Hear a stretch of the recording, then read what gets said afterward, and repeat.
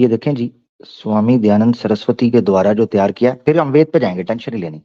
ये किताब है ऋग्वेद का भाषा भूमिका, पहले किताब देख लें। ठीक है जी, ये ऋग्वेद भाष्य भूमिका लिखा है स्वामी दयानंद सरस्वती के द्वारा। ठीक है जी, इसके पेज नंबर 207 पे जाएंगे, जहां पर राजा प्रजा जो विषय है, ये देखें, राजा प्रजा धर्म विषय, राजा प्रजा धर्म विषय डिस्कस होने लगा है। वो क्या कहते हैं ये आपने पढ़ना है। ऋग्वेद का उन्होंने मंत्र दिया जिसको मैं अभी पेश करूंगा, तो वो क्या एक्सप्लेन करते हैं आपने देखना है। ये देखें जी, ये आपने पढ़ना है आप। ठीक है जी, ये आपने पढ़ना है जी। क्यों रसूलुल्लाह सल्लल्लाहु अलैहि वसल्लम जो है ना वो जजिया लिया करते थे। पेज नंबर मैं दिखा देता हूं पहले। पेज नंबर है 188, ऋग्वेद भाष्य भूमिका है। उसमें ऋग्वेद का भाष्य करते हुए वो क्या लिखते हैं, वो कहते हैं, ऐसे ब्राह्मण और क्षत्रियों के साथ न्यायपालक राजा को अनेक प्रकार से लक्ष्मी प्राप्त होती है और इसके खजाने की हानि कभी नहीं होती। अब युद्ध क्या है, यहां इस बात को जानना चाहिए कि जो राजा को युद्ध करना है वही उसका बल होता है। उसके बिना बहुत धन और सुख की प्राप्ति कभी नहीं होती, क्योंकि निघंटू में संग्राम ही का नाम महाधन, जंग का नाम ही महाधन है। सो इसको महाधन इसलिए कहते हैं कि इससे बड़े बड़े उत्तम पदार्थ प्राप्त होते हैं, क्योंकि बिना संग्राम के, जंग के बिना, क्योंकि बिना संग्राम के अत्यंत प्रतिष्ठा और धन कभी नहीं प्राप्त होता। पैसा कभी भी आपको नहीं मिल सकता अगर आप जंग ना करें। अब बहरहाल आगे वो चीजें, अब हम चले जाते हैं। ये आपने समझ लिया कि क्यों लिया जाता था जी। अच्छा जी, अब हम वेद की तरफ चले जाते हैं। तो ये जरा मैं जानना चाह रहा था आपसे मेरा भाई के ये जो जिजिया वगैरह या जो पैसा वगैरह लिया गया था इसलिए कि संग्राम को निघंटू, जिनको निघंटू का नहीं पता, निघंटू इज इक्वल टू निरुक्त, बाज औकात निरुक्त की जगह पर उसको रखा गया निघंटू को। वर्ड्स की स्टडी को निघंटू ऋषि यास्का ने लिखा था। ये जो लोग संस्कृत की ग्रामर को पढ़ते हैं उनको अच्छे से पता है कि निघंटू ऋषि यास्का, निरुक्त ऋषि यास्का जो हैं उनका बहुत शानदार काम है संस्कृत की ग्रामर को समझने के लिए। ठीक है, यहां पर भी आपको ये चीजें मिलेंगी। छोड़े धर्म से बड़े बड़े युद्धों को जीत कर राज्य की नित्य रक्षा करते हैं, वही महाभाग्य को प्राप्त होकर सुखी रहते हैं। यह महाभाग्य उन्होंने जिक्र किया है, जिसका मतलब संग्राम का निघंटू के अंदर महाधन है, यानी जंग के जरिए। तो ये सारी बात रखने का, हाँ मैक्स है ये सारी बात, जी जी जी, राज्य ये पैसे वाला हो सकता है। हाँ यानी अगर जंग हो रही है ना तो जंग के अंदर हम उनसे जो है ना वो जिजिया टैक्स ले सकते हैं, ये इसमें कोई शक नहीं है। जैसे भाई टैरिफ्स लगाए जाते हैं, ये सारी चीजें लगाई जाती हैं। तो रसूलुल्लाह ने कोई ऐसी बात नहीं की जो गलत हो या धर्म के विरुद्ध हो। ठीक है जी, वही जिजिया मतलब प्रॉफिट मोहम्मद ने जो 10 साल मक्का में ये की थी, इस्लाम की तरफ बुलाया था, तो जी वो जी, लोग को उनके पास 10 साल की मेहनत थी।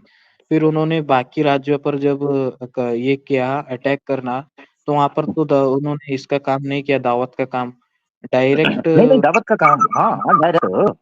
युद्ध का नाम ही ये है, मैं आपको बता तो रहा हूँ। निघंटू जो है उसमें संग्राम को महाधन कहकर पुकारा गया है। तो रसूलुल्लाह ने बिल्कुल धर्म के अनुसार काम किया, कोई ऐसा धर्मी काम ही नहीं किया। हाँ बिल्कुल, दावत बिना जंग की ना, वो पूछ रहा हूँ मैं। मक्का में हाँ हाँ तो हाँ, चलो जी जी जी, 10 साल वो जी लोग जी नहीं माने, जबरदस्त, नहीं वो लोग सब नहीं है माने। ही है। हाँ देखिए मेरी बात सुने, मैं आपको एक चीज बताता हूँ। ऋग्वेद के अंदर लिखा हुआ है, ऋग्वेद में ये चीज लिखी हुई है, क्योंकि आप छोड़ चुके हो ना तो इसलिए मैं बोलता हूँ, आप टेंशन न लें। ठीक है ना, और वैसे भी मुसलमान तो बैसाखी यूज ही करते हैं, आपको पता है, तो दिक्कत नहीं है। ऋग्वेद में लिखा हुआ है कि जो शत्रु हैं या तो उनको अपने वश के अंदर करो या फिर उनको जनाब गुलाम बना लो, इसके अलावा कुछ भी नहीं है। ठीक है, या उनको अपने वश में करो या उनको गुलाम बना लो। ये मैं आपको दिखा देता हूँ, ये आप अपनी स्क्रीन पे करें, देखें। और दावत दुवत का उनको जिक्र है कि अगर हाँ तुम्हारे पास आने के बाद वो आए तो ठीक है। ये आर्य भिवन्याय जो कि वेदों की दुआएं हैं उसमें ये लिखा हुआ है, शीघ्र उन पर दंड निपातन करे जिससे वो भी शिक्षा युक्त हो के शिष्ट हो, अथवा उनका परानंत हो जाए। अगर वो नहीं मानते तो उनका अंत कर देना है कि वो हमारे वश में रहें, या फिर उनको स्लेव बना लेना है। ठीक है, ये भी प्रमाण आपको ऋग्वेद के अंदर मिल जाता है। तो ये समझना और चाहिए कि टेंशन नहीं लेनी है आपने। एक और रेफरेंस दे देता हूँ, डायरेक्ट नष्ट करके रख देना है। ठीक है ना, इस्लाम तो आप खुद पढ़ रहे हैं, सनातन मैं पढ़ाऊंगा।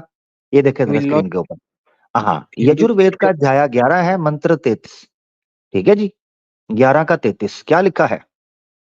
राजा उसको बोलते हैं सूर्य के समान शत्रुओं को मारने और शत्रुओं के नगरों को नष्ट करने वाला। ये राजा का परिभाषा लिखी हुई है। राजा का धर्म ही ये होता है कि वो शत्रुओं के नगरों को भी नष्ट कर देता है। शत्रुओं को तो नष्ट करता है, नगरों को भी नष्ट करके मेरा भाई रख देता है, तबाही तबाही।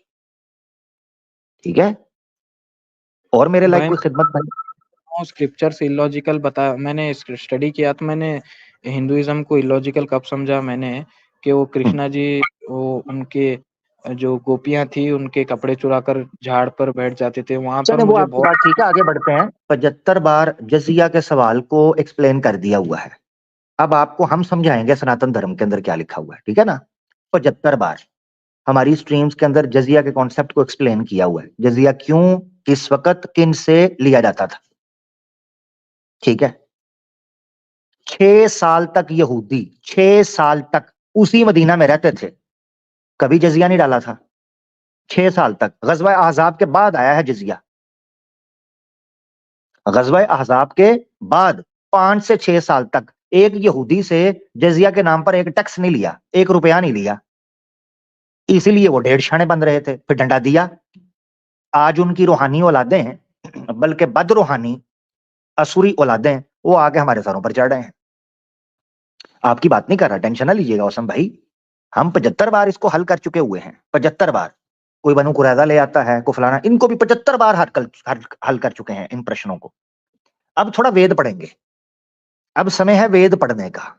अब आया है कलयुग में छोटा सा सतयुग, हाँ, बल्कि सतयुग नहीं सटयुग, क्योंकि हम मार रहे हैं सटें।